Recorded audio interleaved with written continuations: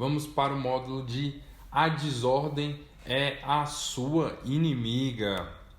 Bom, observem essa imagem branca. Um painel branco, um quadro branco, enfim. Agora, observem como esse ponto, depois esse ponto, depois esse ponto, depois esse ponto e depois esse ponto começam a chamar sua atenção, né? Que antes você não via nada. Primeiro depois ele foi para a esquerda superior, depois direita inferior. E agora você tem que focar em vários lugares ao mesmo tempo. Dentro de um quadro, dentro de uma tela ou dentro do slide. Agora imagina só se eu tivesse uma bagunça maior, ou seja, se eu tivesse mais círculos para vocês prestarem atenção. O tanto que ia ser complicado e vocês conseguirem tentar processar enquanto eu falo essas informações e tentar enxergar onde começa, onde termina, para onde vai, para onde volta, tentar enxergar algum padrão ou tentar compreender alguma coisa nessas animações. Fica bem complicado, né? E aí, tudo que você coloca na imagem chama a atenção e a audiência precisa processar, tá certo? Isso tem que ficar bem claro para vocês. Agora, o negócio é o seguinte: quanto menos coisas vocês colocarem, melhor para a audiência processar. Então, vocês têm que pensar sempre que a plateia é preguiçosa. E na maioria das vezes, ela realmente é. Então, pense no tanto que eles terão que pensar para obter informações da sua comunicação. Aquele tantinho de pontos subindo. Imagina aquele tantinho de pontos subindo e você tentando dizer e a pessoa tentando processar isso. Isso não vai dar certo. Então, deixe sempre as coisas simples e diminua a quantidade de informações, tá? Identifique dentro dos seus dados ou dentro da sua apresentação tudo que não é essencial e remova. E aí, quando você remover, a única coisa que vai ficar é a mensagem que você quer passar, tá certo? E ainda falando a respeito do tópico de bagunça, quanto mais bagunçados estiverem seus dados, mais difícil do que parece será a sua apresentação. E as pessoas vão começar a se sentirem entediadas, tá certo? Mexer no celular, ficar vendo o Facebook na hora da apresentação lá com o notebook, com sono, cansada, dormindo, enfim, tá certo? A bagunça faz tudo parecer mais difícil. E aí, quando o nosso visual parecer complicado, corremos o risco de perder a nossa audiência, pois eles não vão querer se esforçar para entender o que estamos mostrando. E aí não adianta estar falando aqui que o lucro da empresa subiu. Se o visual não estiver legal ou estiver muito difícil para eles processarem, vai acontecer isso aqui, ó. Beleza? E aí, para a gente tentar minimizar isso ao máximo possível, existem alguns princípios visuais da percepção. Que são esses princípios? Eles definem como as pessoas interagem com o estímulo visual e criam ordem. Esses princípios nos ajudam a entender como as pessoas enxergam e o que podemos usar para identificar elementos desnecessários na nossa apresentação e facilitar o processamento de todas as nossas comunicações visuais. Eles são 6 princípios: a proximidade, a semelhança, o enclausuramento, o foco, a continuidade e a conexão. Vamos começar aí com primeiro a proximidade. Aqui observem essa figura. A gente tende a pensar em objetos que estão fisicamente juntos como parte de um grupo. Então a gente acha que isso aqui é um grupo, isso aqui é um grupo e isso aqui é outro grupo, tá? Nesse exemplo, então a gente consegue ver 3 grupos derivados de pontos aleatórios. Isso aqui são pontos aleatórios, só que a gente processou como grupos porque eles estão próximos. E aí, se a gente brincar ainda mais com os pontos, a gente consegue manipular, nesse caso aqui, o jeito como vocês enxergam os pontos. E aí, a gente consegue também manipular como as pessoas vão enxergar as tabelas, por exemplo. Nesse exemplo que eu estou mostrando aqui para vocês, eu tenho os mesmos pontos, tá? Mesmo tamanho, eu só fiz o seguinte, eu só ajustei o espaço entre eles. Deixa eu pegar minha caneta aqui. Aqui, ó, o espaço daqui está bem maior em relação ao espaço daqui, tá certo? No primeiro, você que está assistindo provavelmente enxergou de cima para baixo, tá? Lendo como se fosse uma coluna, tá? E aí fazendo esse movimento aqui, tá certo?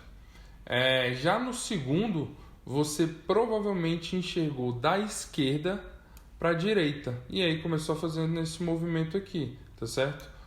O formato que a gente lê em formato de linhas, tá certo? Então, quando a gente consegue mexer com a proximidade dos objetos, a gente consegue manipular tabelas, por exemplo. Vamos para o outro, semelhança. Observe essa figura. Objetos que possuem a mesma cor, tamanho, forma ou orientação são percebidos como pertencentes a um grupo. Nesse primeiro lado aqui, tá? No nosso lado esquerdo, você que está assistindo provavelmente associou os círculos azuis, tá certo? Então você bateu o olho neles. E aqui do outro lado, lado direito, você que está assistindo provavelmente associou, bateu o olho diretamente nos quadrados cinza, tá certo? Essa brincadeira aí de semelhança pode ser feita em tabelas também para ajudar a atrair os olhos do público na direção em que pretendemos que ele se concentre. E aí nessa figura, a semelhança de cores é uma sugestão para os nossos olhos lerem em formato de linhas, tá? Justamente assim, ó. E não em formato de colunas, que seria assim. Isso elimina a necessidade de elementos adicionais. E aí a gente pode retirar, por exemplo, de uma tabela, borda, a gente pode retirar determinadas linhas, tá? Assim, com a manipulação de cores, a gente consegue ajudar a direcionar a nossa atenção. Vamos para mais um, no caso, o enclausuramento.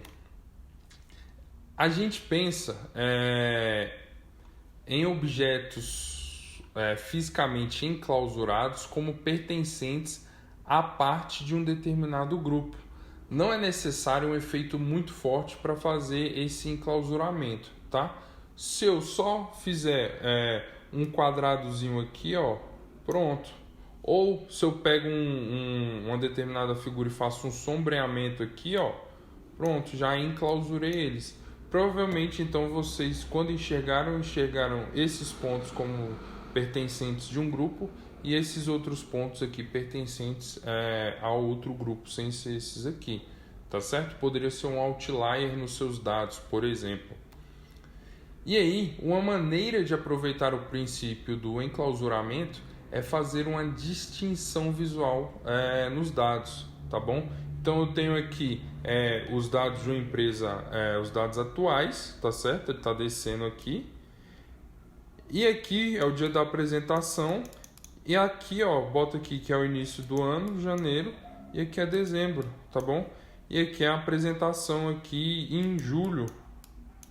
Então, nessa apresentação em julho eu vou fazer a previsão do caixa da empresa, enfim, do retorno líquido da empresa, enfim, do que for, tá certo? Então aqui eu consigo separar só com sombreamento, um gráfico simples, eu só sombreei a parte de previsão aqui, tá? E a parte que já foi da empresa. Beleza? Vamos aí pro foco, tá certo? Vale ressaltar o seguinte, eu, Sasha, chamo de foco, tá bom?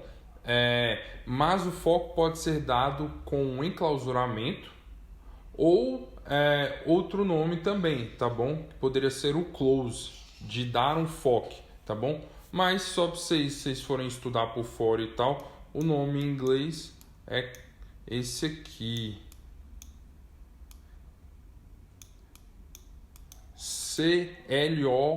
CLOSURE, tá bom? Então vamos lá. Esse princípio diz que as pessoas gostam que as coisas sejam simples e se encaixem nas construções que já estão nas nossas cabeças. E aí, por causa disso, as pessoas tendem a perceber um conjunto de elementos individuais como uma forma única e reconhecível quando podem.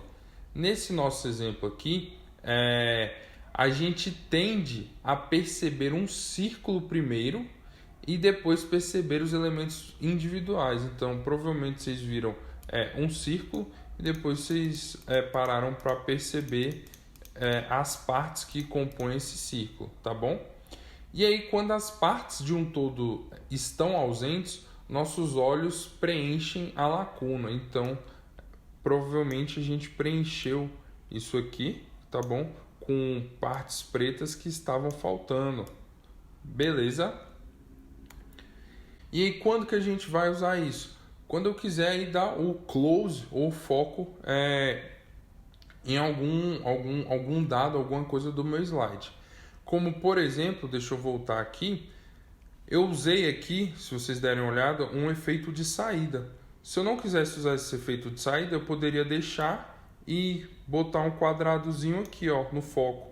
Ou poderia ter botado um quadradozinho aqui em semelhança, para falar que iríamos falar a respeito de semelhança ou iríamos falar do foco, tá certo? E aí, é comum que alguns softwares, o mais conhecido de todos, o Excel, tem uma configuração padrão que inclui elementos como bordas do gráfico e sombreamento ao fundo, esse aqui, tá? E aí o princípio nos diz que esses elementos são desnecessários. Por quê? Porque eu estou mostrando só um gráfico, tá certo? Eu não preciso botar ele dentro aqui de um foco ou alguma coisa do tipo. Se é só o gráfico que eu vou mostrar, é só o gráfico que eu vou mostrar. Não preciso enfeitar ele muito, igual tá aqui, tá bom? Até porque quanto mais eu enfeito, mais difícil fica para o processamento das pessoas que estão assistindo. E aí a gente vai e remove. E aí, como bônus, quando a gente retira esses elementos, tá? Os dados se destacam mais, né? Então eu tenho aqui uma borda grossa chamando a atenção, tenho aqui uma cor de fundo chamando a atenção, tá? Aqui eu não tenho nada, aqui eu tenho só o eixo Y, o eixo X e aqui os dados, beleza? Vamos para continuidade. O princípio da continuidade é semelhante ao do foco. Ao olhar para os objetos, nossos olhos buscam o caminho mais suave e, naturalmente, eles criam continuidade no que vemos, mesmo onde ele pode não existir explicitamente. Aqui na figura a gente tem esse exemplo bem claro mesmo. Eu tenho aqui o recorte 1 ou a figura 1, tá? Vamos fazer subfiguras, figura 1, figura 2, figura 3. Se vocês imaginarem isso aqui separado, vocês provavelmente vão imaginar isso aqui. O que é? Um quadrado aqui, um retângulo fechado e outro retângulo fechado. Um foi posto em cima do outro, tá certo? Isso é o que a gente espera ver, tá bom? Isso é o que a gente projeta. Só que ninguém sabe como é que tá essa figura, tá certo? Então essa figura poderia estar assim. Esse retângulo aqui, tá bom? E esse outro retângulo aqui, quadrado, enfim, ele poderia estar sem essa região aqui, tá certo? Poderia ser uma opção, não poderia? Por quê? Porque ninguém está vendo esse lado aqui. Só que nós, seres humanos, a gente sempre busca essa parte de continuidade. E aí nessa figura, em específico, eu removi a linha vertical do eixo Y do gráfico.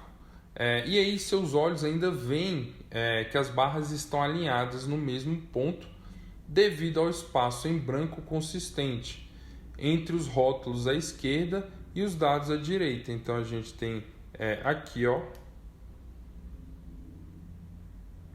era para ser reto, mas eu estou desenhando todo só para vocês darem uma olhadinha, tá certo? Dando uma tremidinha. Então vocês conseguem imaginar aqui um eixo Y, tá certo? E aí, como vimos com o princípio de foco em aplicação, remover elementos desnecessários permite que nossos dados se destaquem mais, tá certo? Então, Provavelmente se isso aqui fosse companhias ou empresas, vocês poderiam falar, ao invés de escrever aqui empresa A, empresa B, enfim, tá certo? E nós temos a orientação, que aqui é o eixo Y e aqui é o eixo X, tá? Vamos para o último, conexão. Nós, seres humanos, tendemos a pensar que objetos conectados fazem parte de um mesmo grupo. A propriedade conectiva geralmente possui um valor associativo mais forte do que a cor, do que o tamanho ou a forma, as formas iguais, formas semelhantes. Essa propriedade normalmente não é mais forte que o enclausuramento, mas você pode impactar essa relação através da espessura e escuridão das linhas para criar a hierarquia visual desejada. E um exemplo é fornecer uma linha nos gráficos de pontos para ajudar nos nossos olhos a gente conseguir ver a ordem dos dados. Aqui, ó, tá tudo bagunçado, tá? E aí às vezes você até não consegue enxergar um padrão. Quando eu boto a linha aqui nos pontos, eu consigo enxergar um padrão e eu facilito quem está assistindo a minha apresentação. Então ele vai vindo aqui, para cá, para cá, para cá. Aqui ele poderia bater o olho aqui, que é o que está mais distante. Depois poderia bater o olho aqui, que é o que está mais embaixo, tá certo? E ainda poderia enxergar esses três aqui como um grupo e procurar alguma relação aqui no eixo Y ou no eixo X. E esses três aqui, ou somente esses dois como outro grupo, e procurar alguma relação também no eixo X e no eixo Y. Às vezes nem teria, beleza? E aí, quando o design é pensado, ele praticamente some na apresentação e dá lugar aos dados. Quando não, acontece isso aqui. Você não consegue ver qual que é a parte mais importante, qual que é a que tem a menor importância. Você não consegue olhar aqui, tá? Os valores pequenininhos, as letras pequenininhas. E aí, ó, não sei que garrancho é esse aqui de um lado para o outro.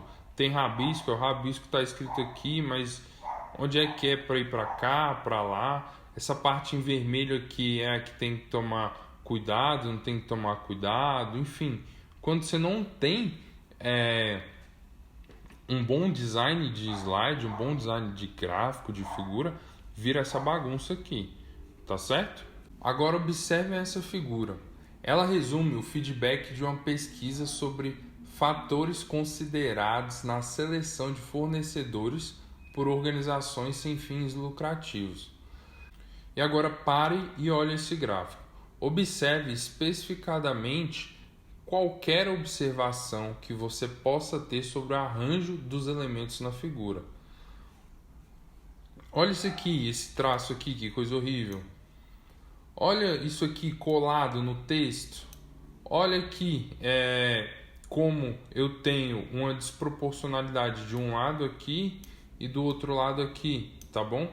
É bem ruim, tá certo? Bem ruim mesmo esse gráfico. E aí, será que a gente consegue fazer algo melhor nele? Olha a diferença quando a gente pensa no design do slide, do gráfico, enfim. Os resultados praticamente pulam na nossa frente, aí fica bem fácil de ler o gráfico. Aqui a gente tem, ó, as coisas alinhadas ao lado esquerdo, o título, esse subtítulo aqui é alinhado ao lado esquerdo, tá bom?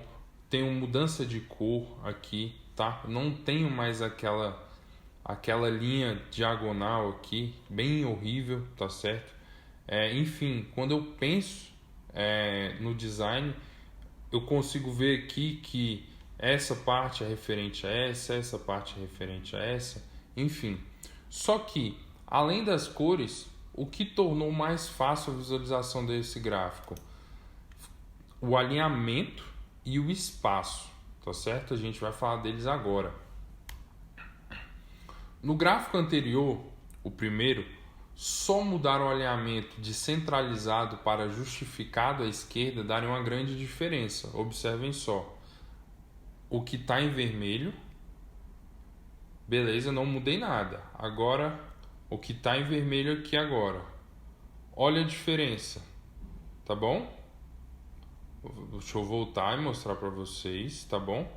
Não alterei nada, que eu só botei as linhas em vermelho para vocês verem.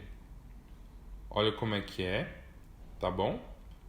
Olha no novo gráfico as linhas em vermelho do mesmo jeito e olha como é que ficou.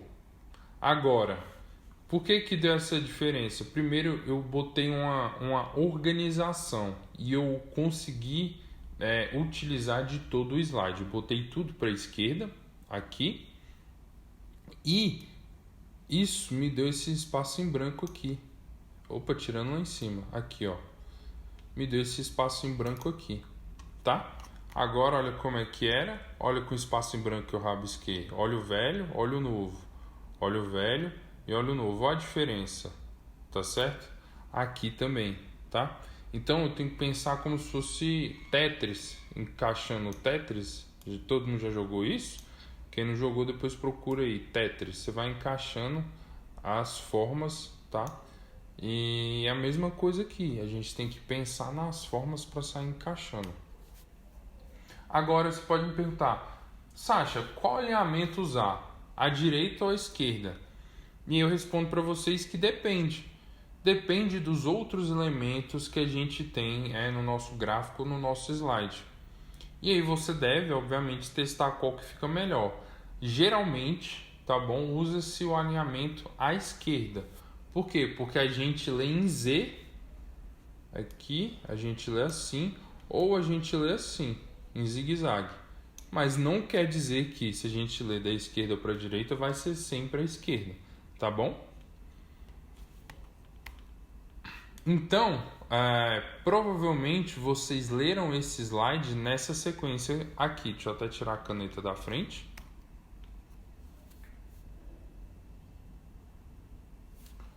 Ou vocês leram nessa sequência.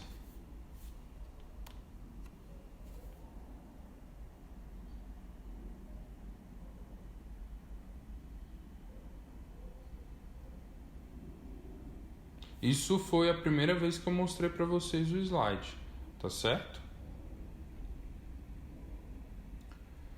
Vocês conseguem perceber que existe um padrão, seja o padrão em Z ou em zigue-zague. Eu tenho um padrão, eu tenho que seguir com esse padrão, beleza? E aí tem um extra aí, tem um plus. Para quem não sabe, eu sou cientista, então em todos os meus cursos, enfim, tudo que eu faço, eu gosto sempre de levar a ciência. E aí, um artigo científico, tá bom? Isso não sou eu que estou inventando, isso é um artigo científico, tá? Publicado pelo um professor lá da Universidade de Toronto, no Canadá, na verdade os dois, tá?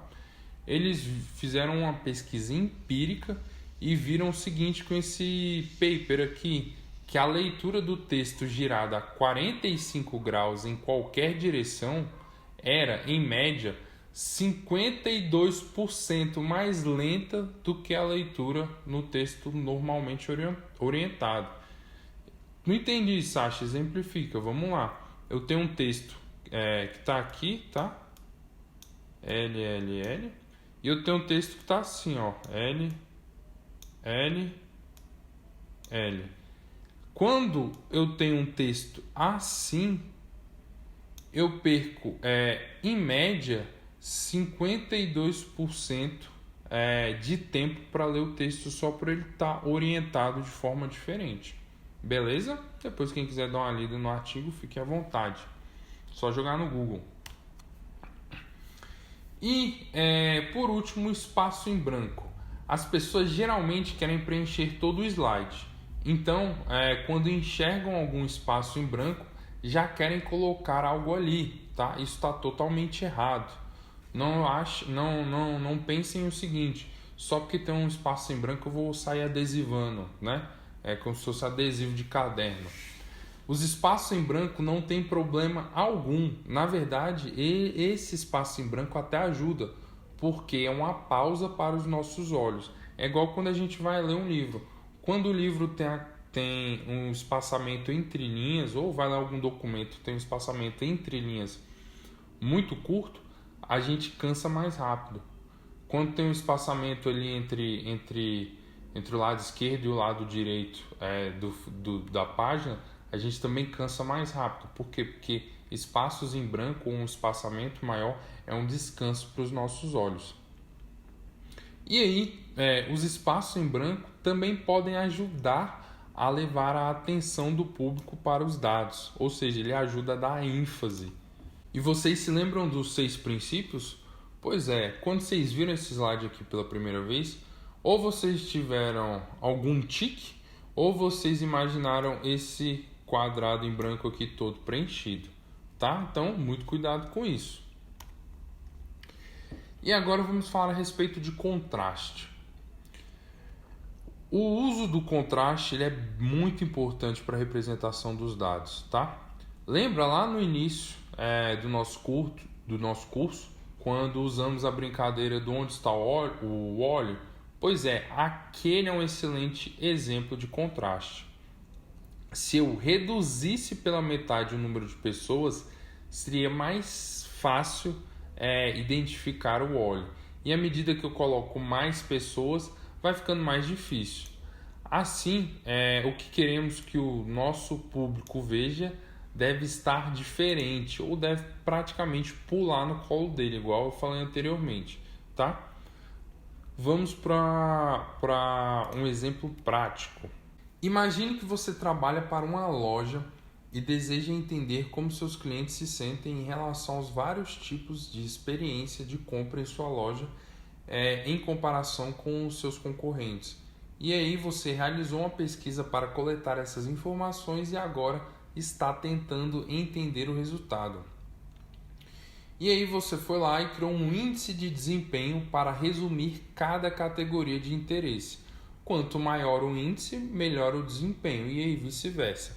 E aí a figura que eu estou espelhando para vocês mostra o índice de desempenho entre categorias para a empresa e os 5 concorrentes. Agora, observem bem a figura. Tente entender essa figura por um momento. É difícil, né, conseguir fazer alguma relação, ver qual foi melhor em uma categoria ou na outra, enfim. É bem complicado. Por quê? Porque essa figura é uma bagunça, tá? Agora vamos repensar um pouco o que a gente quer. Eu quero um gráfico que mostre um índice de performance, certo? Certo, um índice de performance. E o meu interesse, além do índice de performance, é fazer a comparação entre a minha empresa e as outras empresas, certo? Certo. E interessa saber como esse índice é calculado? Não interessa, tá? Eu quero saber se eu vendo mais, se eu atendo melhor, se os meus preços são melhores, enfim, tá? E aí também a gente vai entrar nisso porque aqui na aula de matemática, beleza, galera? Então, a gente precisa de um índice de performance, a gente já tem as categorias pré-definidas, tá? No qual queremos comparar o nosso negócio com os demais. E aí, quanto maior o índice, melhor o desempenho. Confere? Confere, né? Vamos melhorar isso aí? Olha a diferença. Aqui eu tenho um contraste e aqui eu vejo qual foi a posição no ranking da minha empresa ou da nossa empresa em relação às demais. Então eu tenho aqui, ó, nossa empresa destacada. Olha a bagunça que era aqui anteriormente, aqui embaixo. Ave Maria.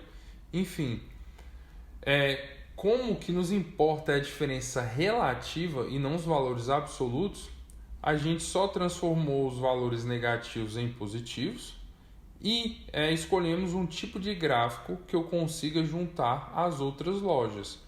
E aí poderia ser um gráfico vertical também, tá? Destacar o que eu quero, o que eu quero. Eu quero a minha empresa em relação ao resto. O resto importa? Eu quero comparar com algum ou eu quero comparar com todo? Eu quero comparar com todo, tá? Então, bota tudo da mesma cor, tá certo? Não interessa botar cor diferente nos competidores, tá? Então, eles têm a mesma cor, só que eu preciso aí, pelo menos, botar uma ordem. Aqui que eu fiz, botei aqui em ordem alfabética, A, B, C, D, E. A, B, C, D, E, beleza? A, B, C, D, E. E isso se repete para todas, tá? E aí, quando a gente bate o olho nesse gráfico, a gente consegue observar duas coisas de bate-pronto. Primeiro, podemos olhar nas barras na cor azul para ter uma noção relativa do desempenho do nosso negócio nas várias categorias. E a gente consegue ver o que? Pontuação alta em preço e conveniência e mais baixa em relacionamento. Possivelmente porque estamos com dificuldades no que diz respeito a serviço e seleção, como a gente consegue ver aí pela pontuação pequena, tá certo? Então a gente tem aqui pontuação boa, tá bom? E aí baixa em relacionamento, relacionamento seria conversa com os clientes, fornecedores, enfim, provavelmente porque nosso serviço é ruim e a seleção de produtos também é ruim, tá bom? Esses dois interferem a parte de relação, tá? E a segunda coisa, dentro de uma determinada categoria, podemos comparar a barra azul com as barras na cor cinza para ver como o nosso negócio está se saindo em relação aos concorrentes. E aí a gente ganha da concorrência em comparação ali no preço, tá bom? Que o nosso é o primeiro de 6, tá bom? É o melhor de todos. Aqui a gente é o segundo de 6, ficamos em segundo lugar, tá? Mas vamos aqui pro que interessa, a gente consegue ver que a gente perde em serviço e seleção, tá? Então nós, em comparação com as outras empresas, nossa empresa é a última, tá? Ficou em sexto lugar. A ordem aqui poderia ser alterada, enfim, eu escolhi montar essa ordem porque eu saí da maior pontuação da empresa para menor pontuação da empresa. Então eu já bato o olho aqui, vejo aqui o meu ranking relativo, vejo que o azul é meu e eu vejo o que eu tenho que melhorar na minha empresa. Seleção e serviço. E aí automaticamente eu consigo melhorar a parte de relação. Beleza? Conseguiram pegar aí? Então eu tinha isso, uma bagunça do caralho, e agora eu tenho isso. Tranquilo? Vamos para a prática, vamos para mais uma prática, só que agora a gente vai juntar tudo, tá? Tudo que a gente viu nesse módulo. Imagine o seguinte exemplo / cenário. Imagine que você gerencia uma equipe de TI. Sua equipe recebe tickets ou problemas técnicos dos funcionários. No ano passado, algumas pessoas foram embora ou foram mandadas embora, enfim, e a empresa decidiu não recontratar ninguém. E aí você começou a ouvir uma série de reclamações dos funcionários restantes sobre a necessidade de pegar mais leve.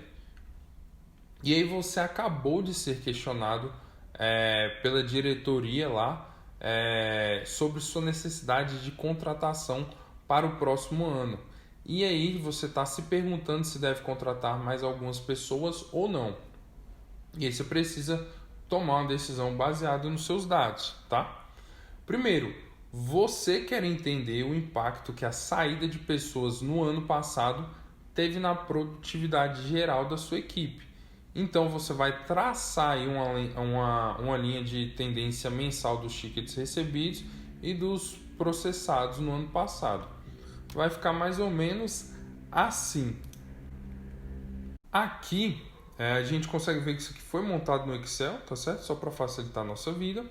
E a gente vê que existem evidências de que a produtividade da sua equipe está sofrendo com uma equipe reduzida.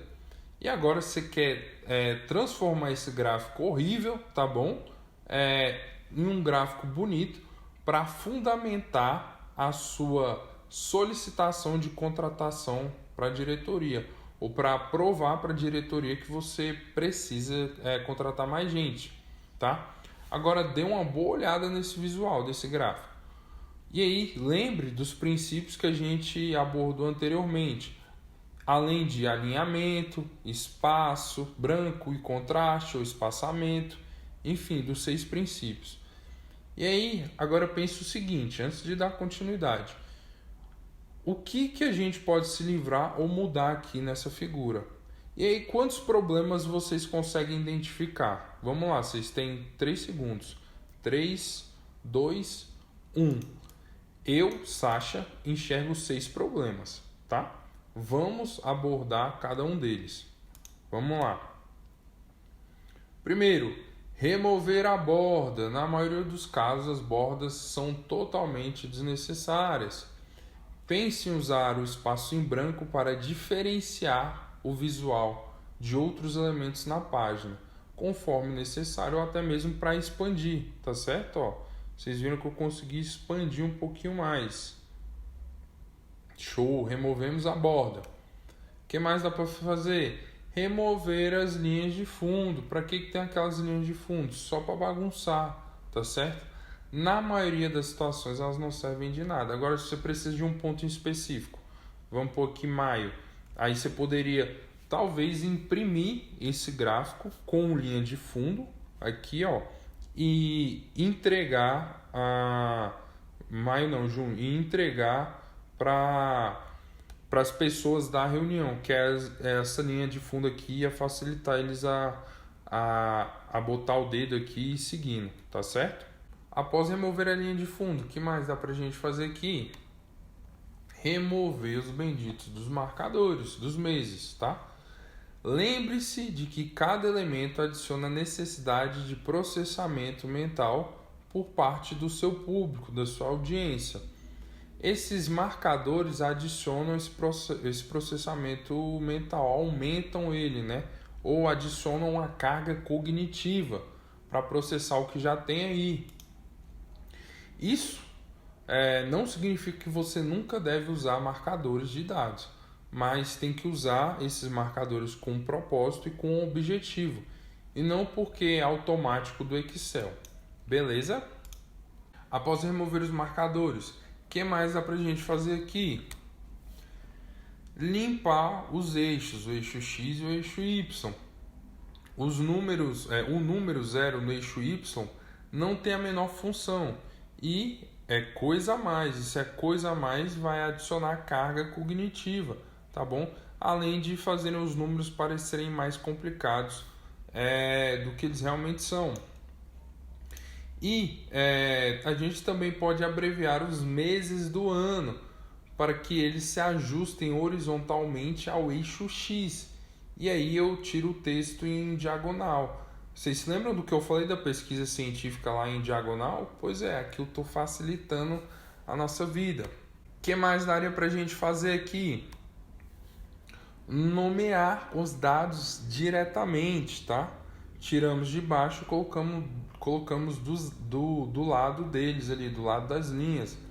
Agora que a gente conseguiu eliminar grande parte da carga cognitiva que tinha, o trabalho de ir e voltar entre a legenda e os dados é ainda mais evidente. Então essa parte de ficar aqui vindo para cá, para cá, para cá, porque aqui tinha uma legenda e aqui tinha outra, a gente consegue ver que isso vai cansando, tá certo? Ou você bate o olho aqui e vem para cá. Então é melhor você já ver aqui e já vir direto para cá, tá certo? Lembre-se, queremos tentar identificar qualquer coisa que pareça um esforço para o nosso público e tentar reduzir isso. Nesse caso, a gente vai aproveitar o princípio de proximidade e colocar os rótulos de dados ao lado dos dados que eles descrevem, beleza? Então saiu de baixo para ir para cima. E por último, o que dá para fazer mais para botar o bolo na cereja? Lembrem-se dos princípios, vamos ver se vocês acertam. Dá para fazer, por último, deixar tudo na mesma cor, ou seja, botar a cor das legendas aqui de acordo com a cor da linha que elas representam, tá? E aí a gente usou o princípio de proximidade anteriormente e a gente consegue usar outro princípio, que é o da similaridade. E aí a gente consegue tornar os rótulos de dados da mesma cor que os dados. E aí, essa é outra dica visual para que nosso público observe de forma mais rápida. E aí ele já vai relacionar. É o seguinte, o azul está relacionado com esse azul está relacionado com essa curva e esse vermelho está relacionado com essa curva. Beleza? E olha como é que ficou o final disso. Como era e como ficou, tá bom? Como era e como ficou. Olha a diferença. Aqui agora você consegue chegar lá no seu diretor e falar, aqui está o gráfico que mostra que eu estou precisando de gente. Eu recebo muito mais do que o processo, então não estou conseguindo entregar um bom trabalho. Me dê aí 2, 3 funcionários, faça contratação de 2, 3 funcionários. Tranquilo? Então, identificar e eliminar a confusão reduz a carga cognitiva e melhora a acessibilidade, tá? Sempre que você coloca informações na frente do seu público, você está criando uma carga cognitiva e pedindo que eles usem o poder do cérebro para processar essas informações. A desordem visual cria uma carga cognitiva excessiva que pode impedir a transmissão da nossa mensagem. Os princípios de percepção visual, que são os 6 que eu falei anteriormente, podem ajudá-lo a entender como o seu público vê e permitir que você identifique e remova elementos visuais desnecessários. Aproveite o alinhamento de elementos e mantenha o espaçamento em branco para ajudar a tornar a interpretação dos seus dados uma experiência muito mais confortável para o seu público. E não se esqueça de usar o contraste estrategicamente. E lembre-se sempre, a desordem é sua inimiga.